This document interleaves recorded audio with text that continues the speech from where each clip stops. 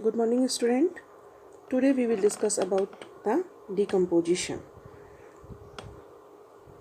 Decomposition, a process of decaying or rotting, is called the decomposition. Decomposition is a process of separation of a substance into simpler substances. The organism causing decomposition are called decomposers. Decomposers includes macroorganism and microorganism. Earthworm, snail, insect larva they are known as the dirty bore. Microorganism, bacteria, fungi, actinomycetes are the microorganisms. See in this diagram, microorganism, earthworm, mushroom, insect, and the microorganism is the bacteria. Differentiation. They first do fragmentation of organic matter is called detritus, and microorganism they make organic matter by decomposition called humus. See in the diagram, fragmentation टूटा हुआ रहता है और decomposition humus कहलाता है. ये microorganisms के द्वारा होता है. ठीक.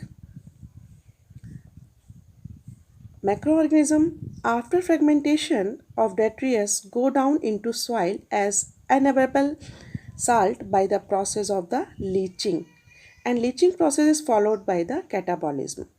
Microorganism में क्या होता है? Humus is the made of the process of the humification.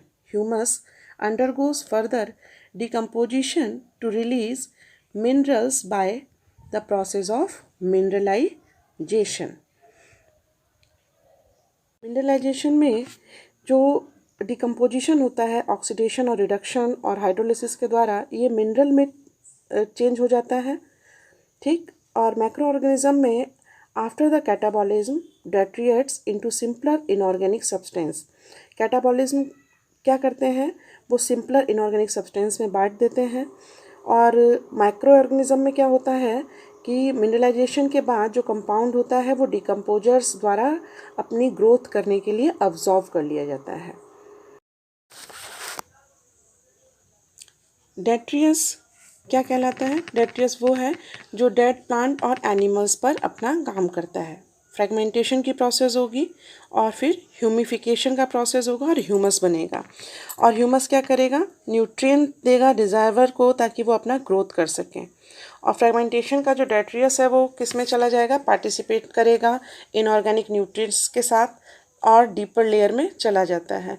और फिर बाद का जो इधर वाला जो आप लेफ्ट हैंड साइड में देख रहे हो फ्रेगमेंटेशन डेट्रियस, ये सिंपल इनऑर्गेनिक सब्सटेंस में चेंज होता है और प्लांट्स उसका अपना काम करना शुरू करते हैं. एज अ फूड मटेरियल वो उसमें रहता है. अब देखते हैं फैक्टर्स ऑफ अफेक्टिंग डिकम्पोजिशन. क्या क्या फैक्टर अफेक्ट करते हैं डिकम्पोजिशन को? पहला है ऑक्सीजन. मेटाबॉलिज्म के लिए ऑक्सीजन की नीड होती है. दूसरा है टेम्परेचर.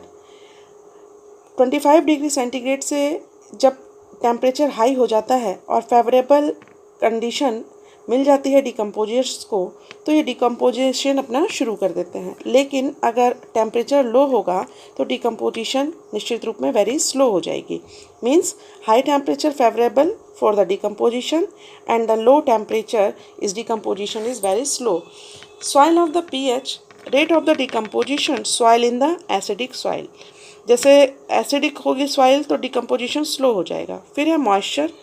मॉइस्चर में क्या होता है? Low temperature and the dry condition reduce the rate of the decomposition.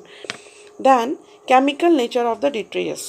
Decomposition may be slow if it contain lignin, chitin and tannin and cellulose. अगर इनके बीच में काइटिन और सेलुलोज आ जाए तो क्या होगा? ये डिकम्पोजिशन स्लो हो जाएगा.